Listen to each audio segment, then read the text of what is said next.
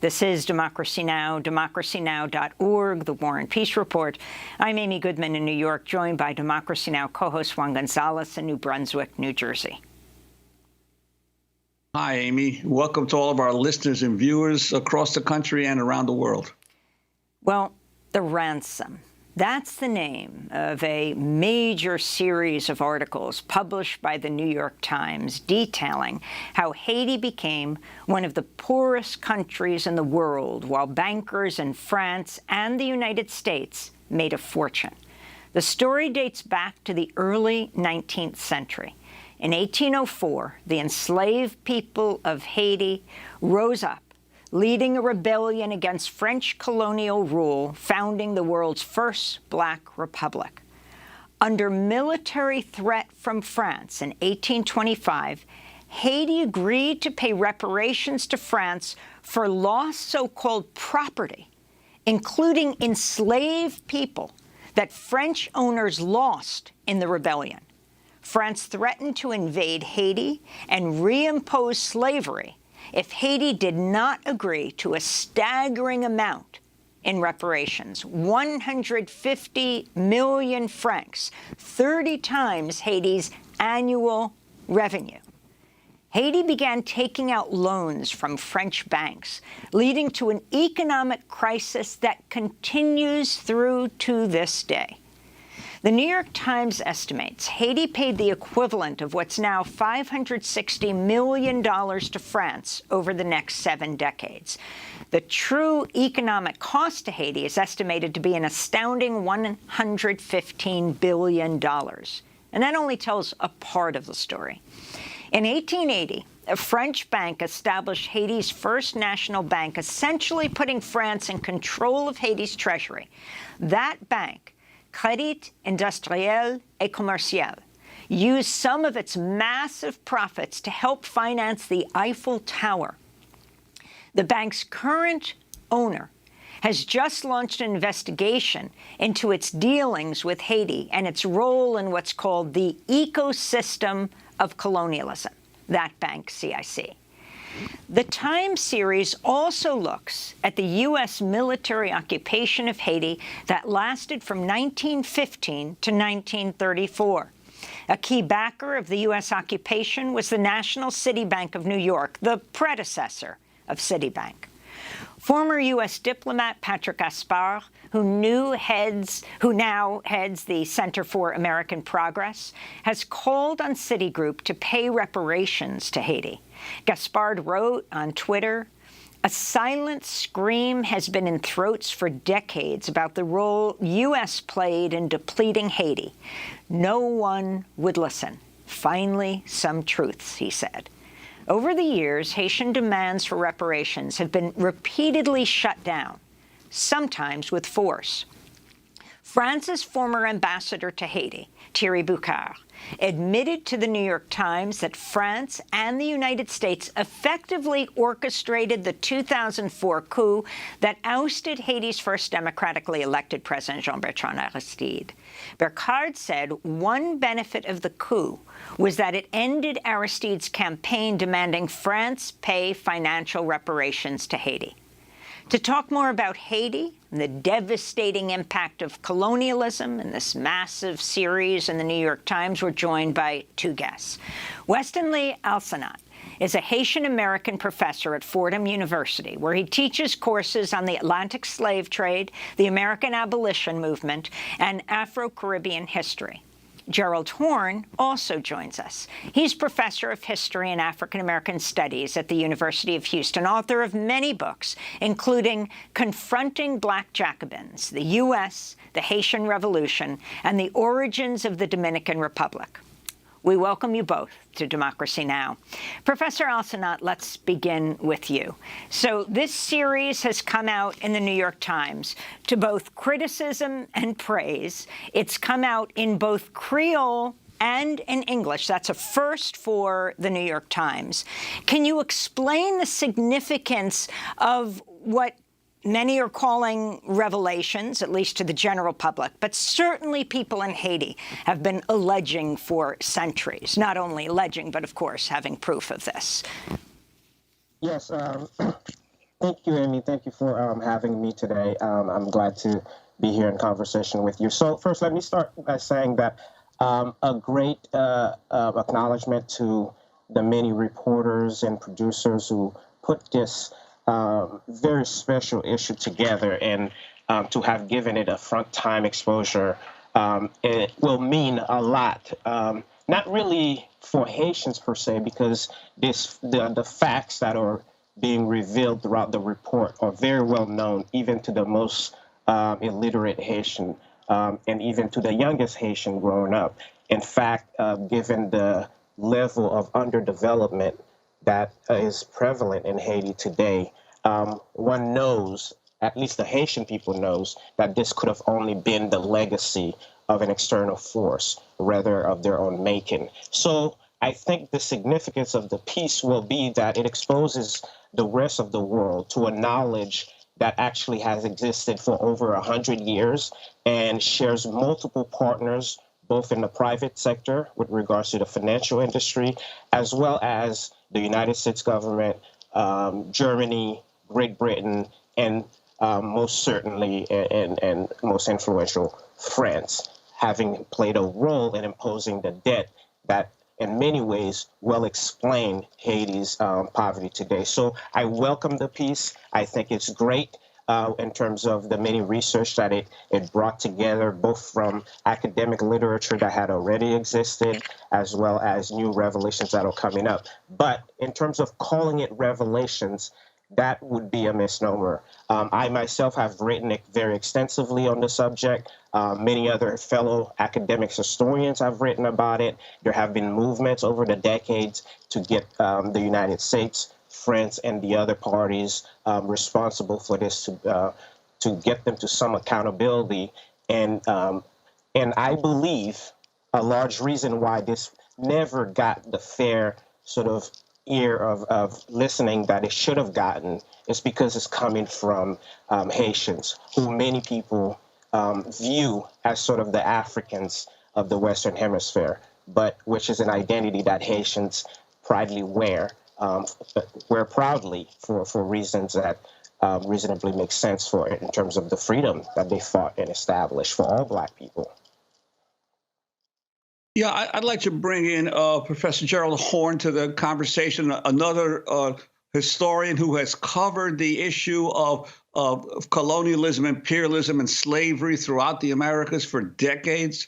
I, too, had the same feeling that a lot of this is only new to people who haven't paid attention to the history of the Western Hemisphere over the last several hundred years. I'm wondering your reaction to the piece, because the Times really is delving into history much more than news. I think the most interesting aspect of it was the particular individuals in France and the institutions that directly benefited from the ransom that Haiti was forced to pay. But largely, this is history that is known by people who know any part of the history of Latin America and of the Western Hemisphere. So I'm wondering your reaction to the piece as a historian who studied this carefully.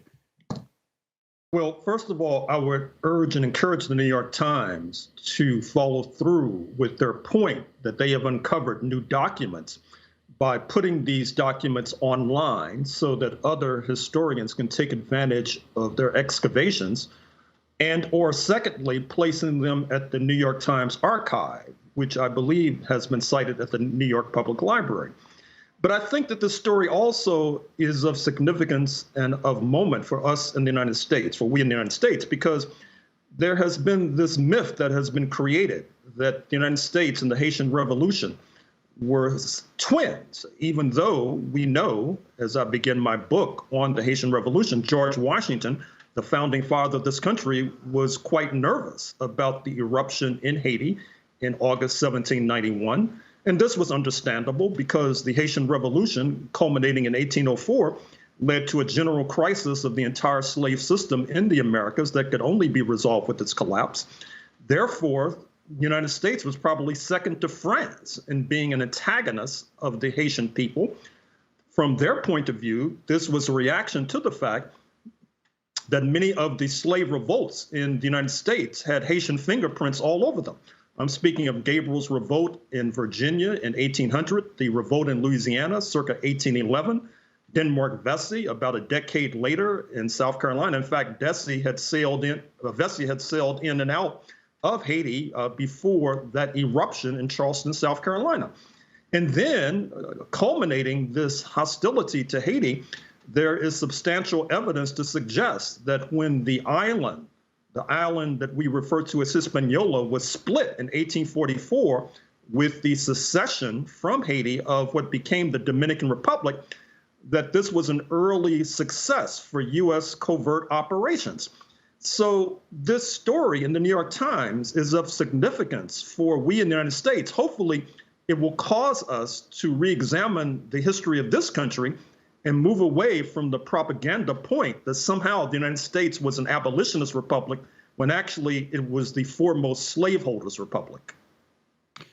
And I'm wondering also if it wouldn't have been worthwhile for the New York Times to do another piece on its own coverage of Haiti over the past 100 years or so. I'm thinking back, for instance, during the first coup against President Aristide, when there were numerous articles in the New York Times about how Aristide was considered to be mentally unstable and erratic in his behavior, all of it fed to it by intelligence sources. And even the Times' coverage, perhaps, of the U.S. occupation, that long occupation in the early 20th century.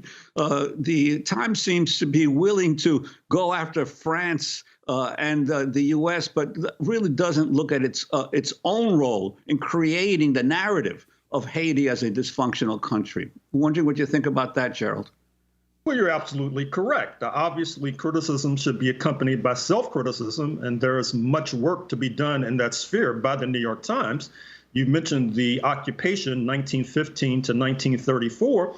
The New York Times did not necessarily stress and emphasize in their coverage the mass opposition to the U.S. occupation, particularly by Black Americans, particularly by a founder of the NAACP, speaking of W.E.B. Du Bois, who, as you know, his ancestral roots were in fact on the island, and he led a vigorous campaign against this murderous and bloodthirsty occupation that in some ways involved the reassertion of unpaid labor, the so-called corvée, as it was called euphemistically in Haiti. And the New York Times would do well to re-examine its own coverage, because hopefully that would improve today's coverage. Well, I want to go back to 2004. Juan just referred to this. France's former ambassador to Haiti has admitted France and the United States effectively orchestrated the 2004 coup that overthrew Haitian President Jean-Bertrand Aristide, Haiti's first democratically elected president. The former French ambassador, Thierry Boucard, told the New York Times one benefit of the coup was that it ended Aristide's campaign demanding France pay reparations to Haiti. I want to turn to an interview we did with Kim Ives of Haiti Liberté. This was right after President Aristide was put on a plane and sent to the Central African Republic. This was what Kim Ives described.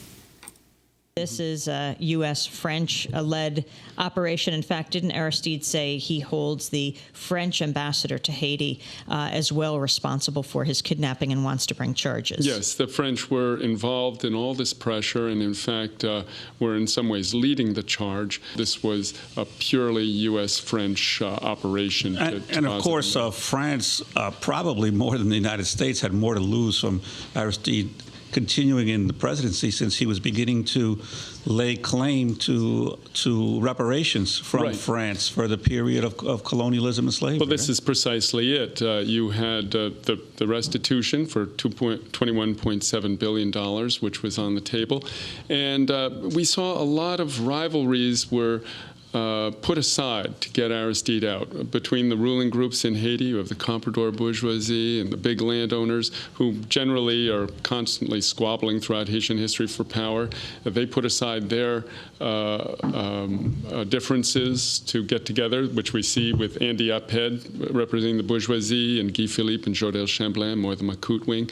And we saw the France and the U.S., who have also been sort of vying, put aside their differences. So you saw this unity come between rivals against Aristide because he represented the people and because he was a representative of popular will in Haiti. So just to be clear, this is mid-March 2004 that Kim Ives was speaking. Right after that, Democracy Now!, I flew to the Central African Republic on a small plane covering a group of African-American activists and politicians, including Randall Robinson of Trans-Africa, as well as Congressmember Maxine Waters, who went to the Central African Republic to retrieve the Aristides and then brought them back to the Western Hemisphere. As the U.S. government was saying, how dare you bring them to this hemisphere? To which Randall Robinson responded, whose hemisphere? They eventually brought them to Haiti, and the Aristides then went into exile in South Africa for years before they eventually went back to Haiti, where they are today. I'd like to get response, starting with Professor Horne and then Professor Alcenat, about the significance of these coups, whether we're talking about Aristide in the early 90s or again in 2004, the coups against them and what that meant for this country. I mean, no president, again, would demand reparations. Well, the reparations question is obviously key. Keep in mind that what makes the United States unique is that the slave owners were expropriated. Their property and the bodies of enslaved Africans was taken without compensation. That helped to give rise to the terrorism of the Ku Klux Klan. In Haiti, as we've been discussing, the Haitians were obligated to pay back, believe it or not, the enslavers. And likewise, if you look at the British possessions, so-called Jamaica, Barbados, etc., you had London compensate the enslavers, and by some measures, that total was not paid off until just a few years ago. And so this question of reparations is quite key. And also quite key is the role of Haiti in helping to ignite this entire process of abolition, leading to capital loss, not least in the United States of America. The enslaving class and their descendants have a very long memory. They have not forgotten Haiti's role. That's why they continue to punish Haiti for having the temerity to rise up against slavery. And even today, they continue to punish Haiti because they see Haiti as a haven for low-wage labor. U.S. baseballs and the U.S. national pastime are largely manufactured by cheap labor in Haiti. So there is still much to sort out with regard to this entire controversy. And Professor Alcenat, if you could also respond right through to today to the U.S. diplomat Patrick Gaspard, who now runs Center for American Progress, demanding Citibank launch an investigation, and the whole issue of reparations, whether you could see it actually being real, given the devastation of Haiti. Okay, thank you, Amy. I think I want to quickly go back to what was asked with regards to the New York Times. Let me remind our audience that it was in 2010, just days after an earthquake had devastated the country and killed upwards of 200,000 and more people, that the New York Times provided a platform for one of its columnists, David Brooks, to say some of the most racist things that I've ever read in the New York Times about Haiti.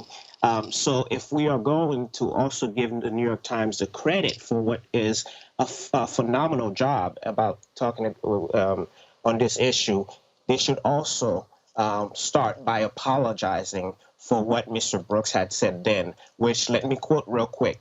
Haiti, like most of the world's poorest nations, suffers from a complex web of progress-resistant cultural influences. There is the influence of the voodoo religion, which spreads the message that life is capricious and planning futile.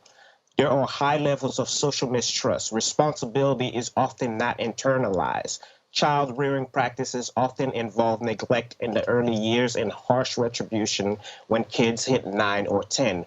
We're all supposed to politely respect each other's cultures, but some cultures are more progress resistant than others, and a horrible tragedy was just exacerbated by one of them. So I call on the New York Times to both acknowledge these statements of racist demagoguery on its pages from Mr. David Brooks. As anyone can judge for themselves, they can go back and look at the op-ed and its pseudo-intellectual anthropologizing of Haitians. So that's one. And with regards to Mr. Gaspar, I believe he actually served in the Obama administration. And most people should know that President Obama, being himself the first Black African-American president of the United States, actually never made an official visit to the first Black republic in the world, the very nation without which Mr. Obama would have not assumed the role of leading a society like the United States as he had. So I would like to know from Mr. Gaspar why it is that the administration never actually took the very official position that he is taking right now with regards to Haitian poverty and underdevelopment, and the explicit role that the United States, France, Canada, and Germany have played in all of that. And then lastly, I just want to respond to your question with regards to just the immensity of the debt and the destructive legacy it has had for Haiti.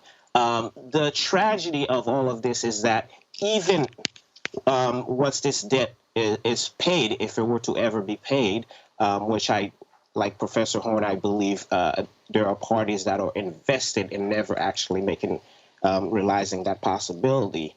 Even if that debt were to be paid, we are already talking about decades of gaps in development that were missed in the process because of where the money was going. Something like upwards to 80% of all Haitian expenditures up until the early part of the 20th century was going to financing the debt. And the fact that American firms from Wall Street in cahoots with the federal government in terms of the State Department, the Navy, and you have names like General Smedley Butler, who actually wrote about his role as a Marines in Haiti and how he secured the interests of the financial corporate groups, as well as working with the State Department to make sure that Haiti becomes a haven for capitalism, as he said.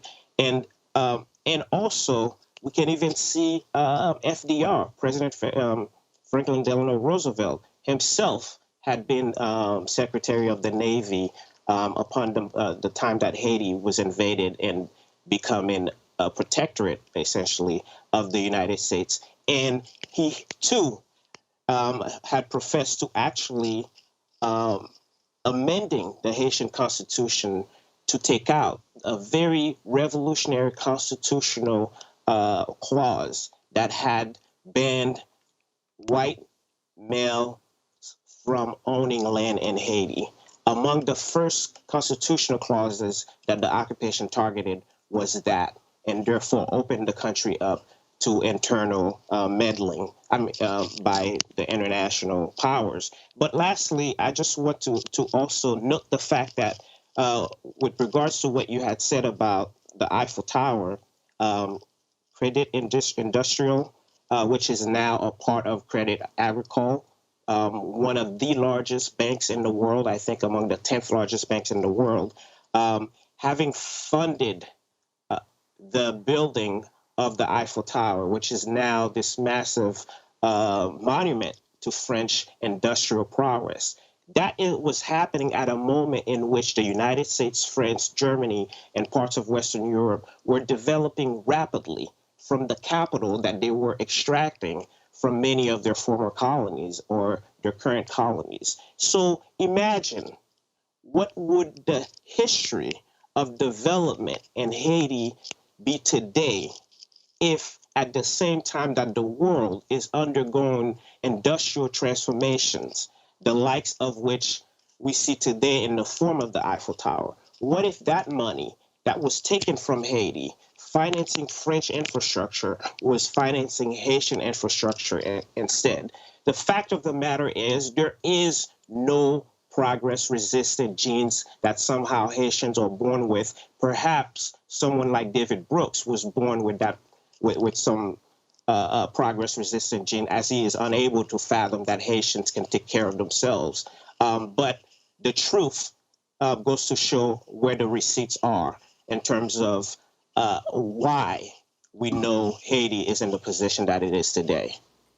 Well, I'd like to ask Gerald Horne, the bank aspect of this reporting, which to me is I think the most newsworthy, in that the Times actually was able to get a hold in French archives of financial arrangements that were made between banking interests in France and Haiti, as well as it's uncovering, or more deeply uncovering, the role of First National City Bank in the early 20th century in Haiti.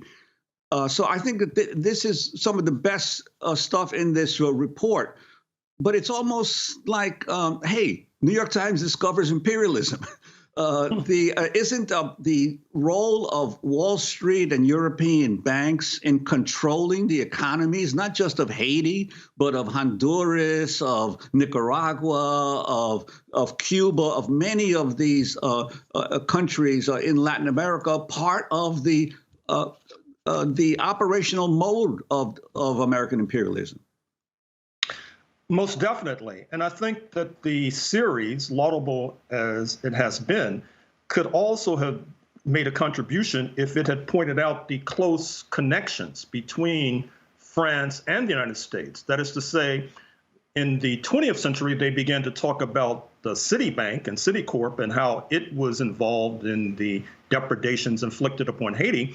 But I think that if you were to go back to the Haitian revolutionary period, you would also find similar connections. After all, we know that what became the United States was involved in a revolt against London that would not have succeeded without the assistance of France. We know that there was substantial French migration to the States, and that French men were involved in similar depredations in Louisiana and slave owning, for example. We know that when Texas seceded from Mexico in 1836, that Texas's major diplomatic ally on the international front happened to be France. And we also know that when the United States Civil War erupted, 1861 to 1865, it was France that opportunistically chose that moment to try to seize and occupy Mexico, and then extend the lease on life of slavery in Texas and throughout the South by welcoming slave owners from Texas and from Dixie into French-occupied Mexico. And it took a mass revolt by the Mexican people to overturn that particular scheme.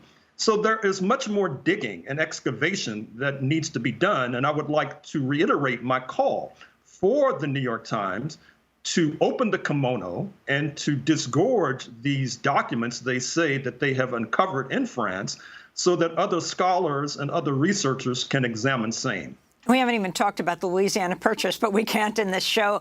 However, I want to end on the crisis that Haitians confront today when they try to come into the United States. I think it was last September the U.S. Special Envoy to Haiti resigned in protest over the Biden administration's policies. In a letter, the longtime diplomat, U.S. Envoy to Haiti, Daniel Foote, wrote, "I will not be associated with the United States' inhumane, counterproductive decision to deport thousands of Haitian refugees."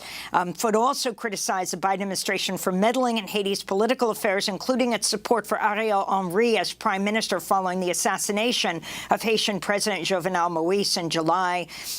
Foot's resignation came just days after U.S. Border Patrol agents on horseback were filmed chasing, grabbing, and whipping Haitian asylum seekers who'd gathered in that makeshift camp in Del Rio, Texas. We only have a minute, Professor Alcenat, but the issue of Haitian refugees being deported by the thousands back to a devastated Haiti.